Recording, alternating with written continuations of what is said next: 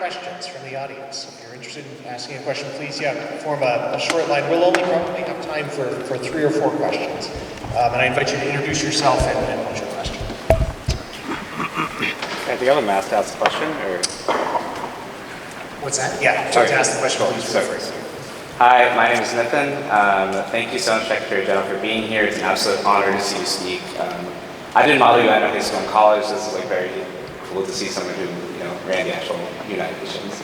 But as a young person, I'm 24. A lot of my friends are the same age, or 25 actually now.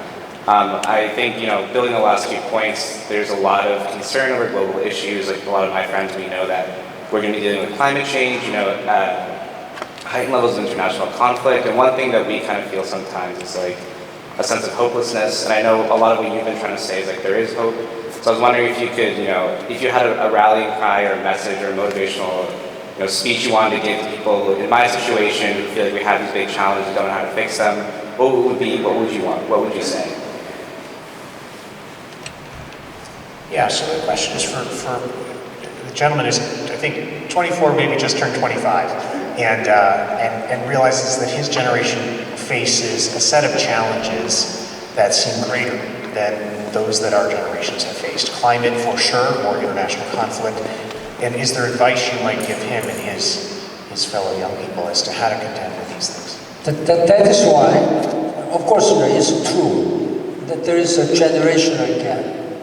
The current generation, I think, should be lucky, feeling lucky.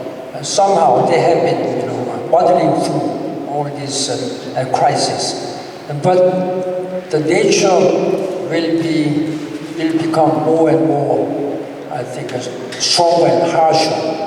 So we have to really address the reality. That's why I have been really urging political leaders that do more and better for future generations, younger generations, because they just without any reason will be affected in their own lives. That's why, again, I created some youth empowerment initiative. Again, for the first time in the UN history, I established Youth Empowerment Office and appointed young envoy of the Secretary General.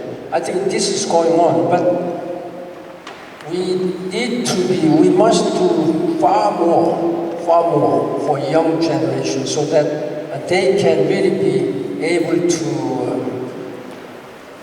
have a quality education, have decent jobs, and their future should be guaranteed without any fear. SDG 8, goal number 8, is about decent job. One can have jobs, but these jobs should be a decent job. That is meant for young generation, so that there should be not much generational gaps. Thank you. And please speak very close to the mic. Is this good? Stop. There you go. All right. So thank you for coming to see us and speak to us today, former Secretary. It's an honor to be here, and obviously as a student of both CUNY School of Law and here at the CCNY Cullen Powell School, I am kind of dealing with a lot of intersectionality and how things really need to crisscross in ways, and we're aware of that we maybe weren't in your generation.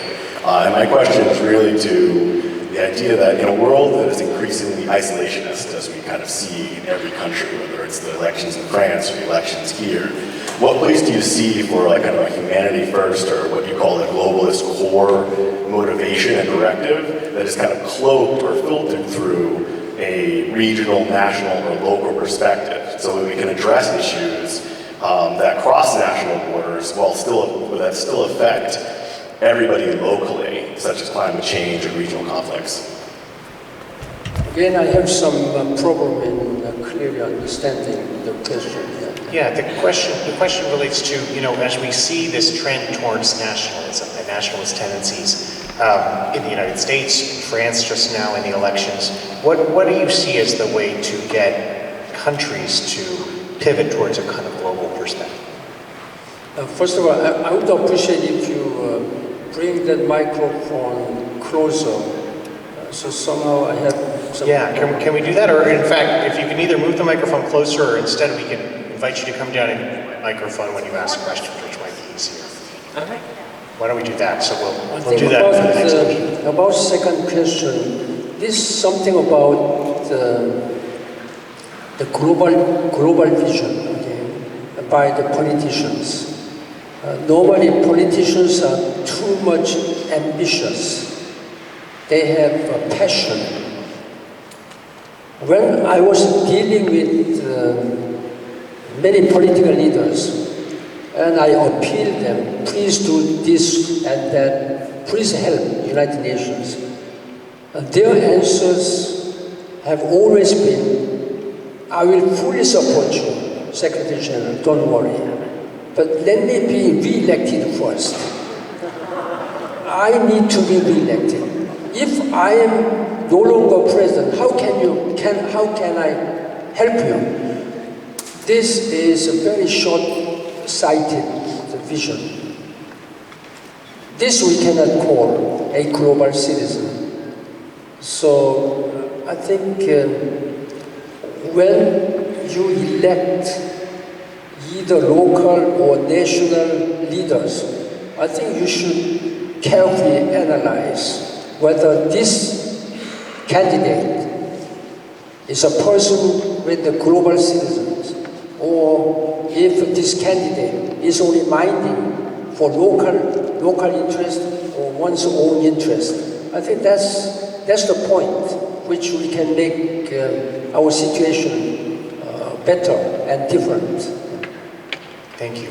Do you want to come down to the very front? You can either, if that mic comes out, great. If not, you can use the mic down here. There we go.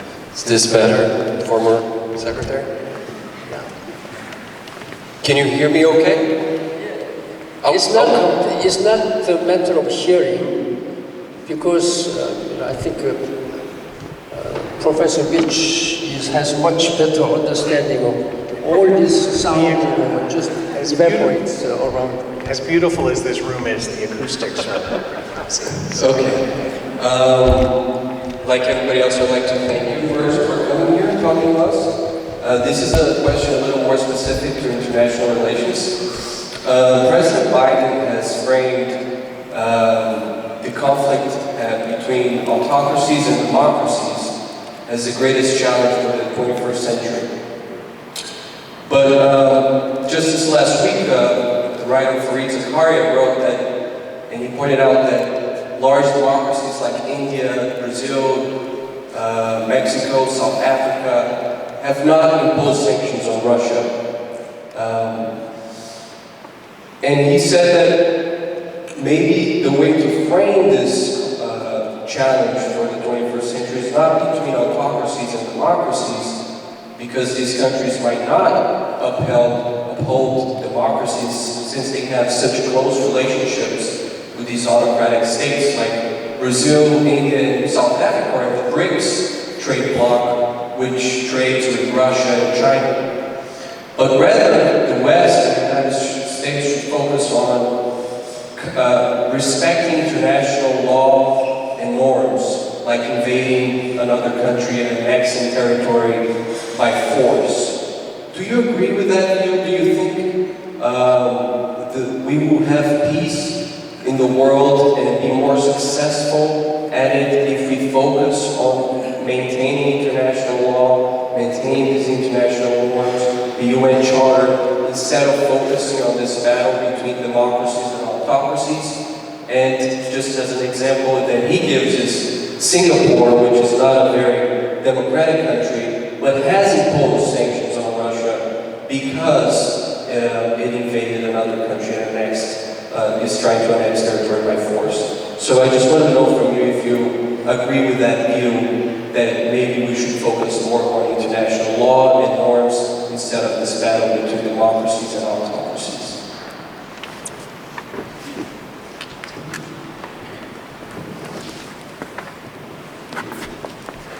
I really respect President Biden When he was vice president, I had been working very closely with him as a team of President Obama. At the same time, if I may speak about President Trump, I really, was disappointed, even though I didn't have any work with him because I was no longer Secretary General. Now, President Biden's leadership at this time, together with all these South American countries and elsewhere, I think I'm sure that the U.S. will be able to restore confidence and trust from other countries when President Biden really continues in this way. But at the same time, there are some tendencies, American government, whoever the president may be, sometimes have their interest put first. It is very important that the United States should work very closely, not only with the regional issues here, but also European Union and Africans. And I think U.S. government should do much more on these African issues too, because they do not have much. When all the member states of the United Nations are not economically and socially sustainable, then U.S. will not even be sustainable. This is one thing which we need to learn. I know that in Brazil and some other countries, they have some undesirable leadership and attitude. So these are some social concern for me as now even a private citizen. But when I am feeling that kind of feeling as a private citizen, then I think all the people around the world will feel the same. In that regard, I think sometimes U.S. we really count on U.S. leadership on a sense a little bit firm and stronger positions whenever you see some undesirable democratic leaders. This is something which I want to do. And there are many regional organizations at this time around the world. Then we really count on U.S. will continue to coordinate with with countries as well as regional groups. Thank you. Thank you for your question. We're running short on time, so I'm afraid we're not going to be able to take all of the questions, but if the last two folks in line want to come up, and we'll ask you both ask their questions, and then Secretary General, you can address whichever parts you might want to. Here's the microphone. Thank you very much. Thank you for coming here, Secretary General. So my question is, in this era of dual pandemics,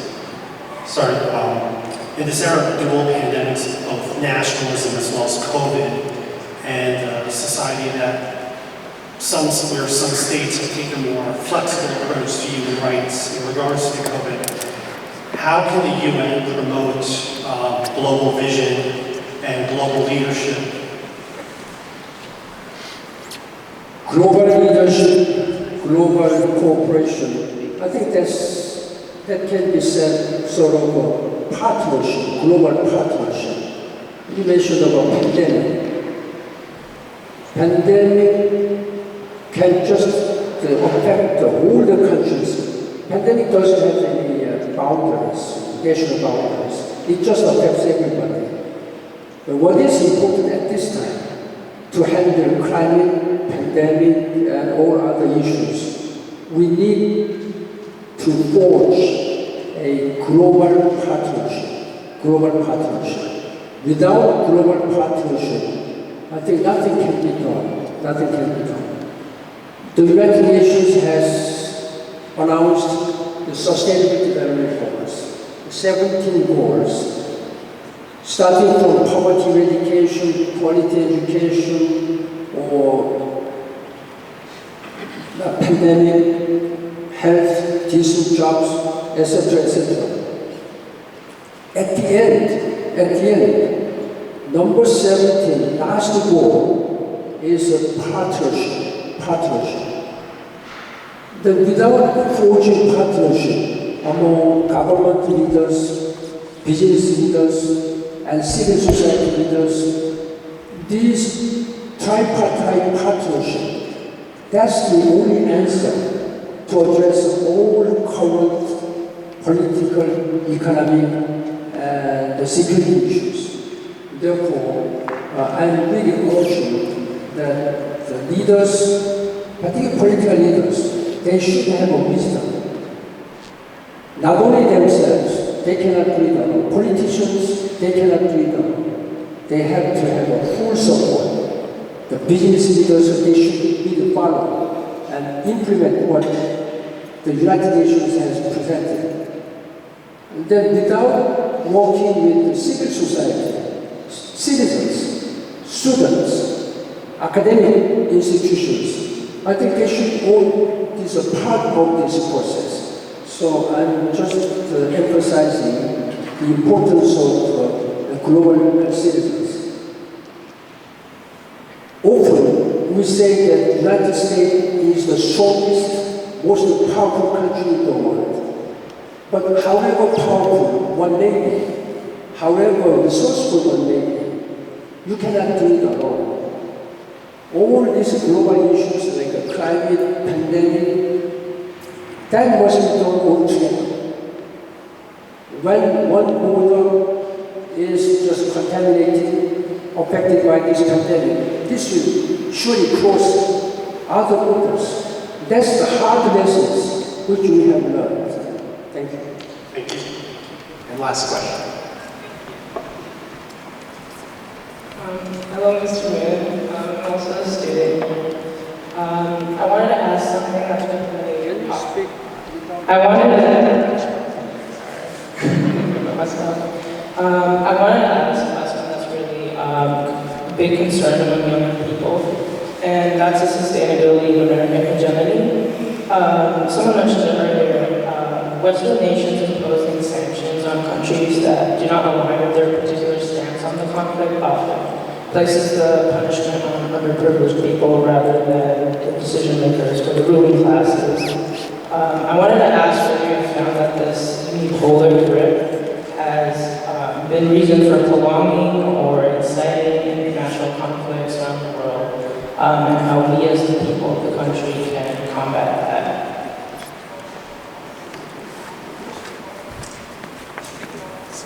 Say your question much more, just closer to him, standing right there. So speak loud. No, speak loud into the microphone. We're going to try once more just because the acoustics are not easy. I just wanted to ask about how you feel about the role of America in the international stage and how, American authority in the international stage. The role of American hegemony across the globe.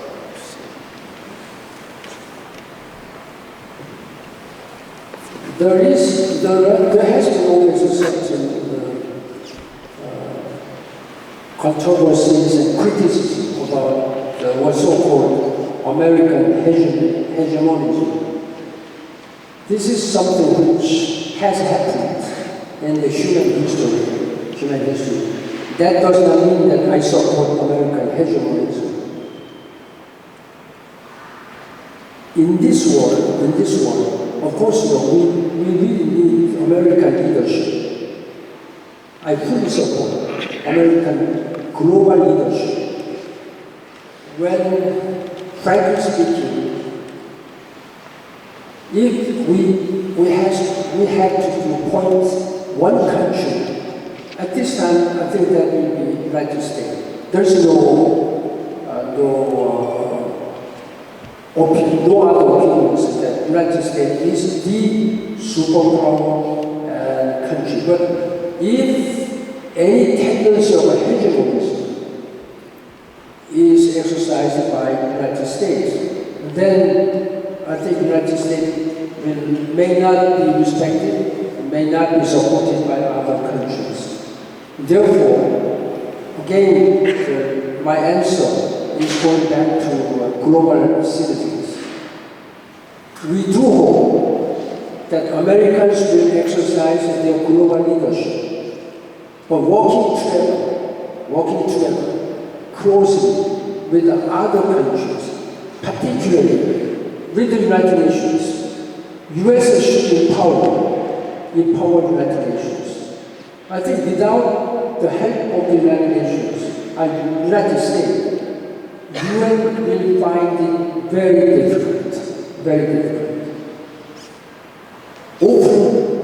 Often, US also has been casting veto powers when it comes to specific issues which may not be beneficial to the United States.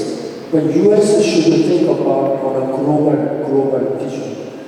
One good example of a sort of hegemonism was exercised during, I think, President Trump's time. There may be some of you who supported President Trump, but regardless of what your political orientation may be, I think last 4 years, Americans have not been respected widely as they used to be. Because of the leadership difference. When President Biden was elected, I'm neither Republican or Democrat. I'm just a global citizen, as a former Secretary General of the United Nations. To my mind, that was not what US should have done during the last 4 years. With Biden coming in as president, I think most of the countries around the world, they had some relief. Now I think he should do then much better to recover, to bring back American leadership. Without hegemonism, without sense of hegemonism, US should be able to speak more friendlier or better with some small countries, like developing countries. Care more for developing countries. And you can use this for your own. You are the number one, most resourceful, most powerful in terms of energy, political power. So that's what the people of the world expect, the genuine global leadership from the United States. And I'm sure that you will do. Thank you very much.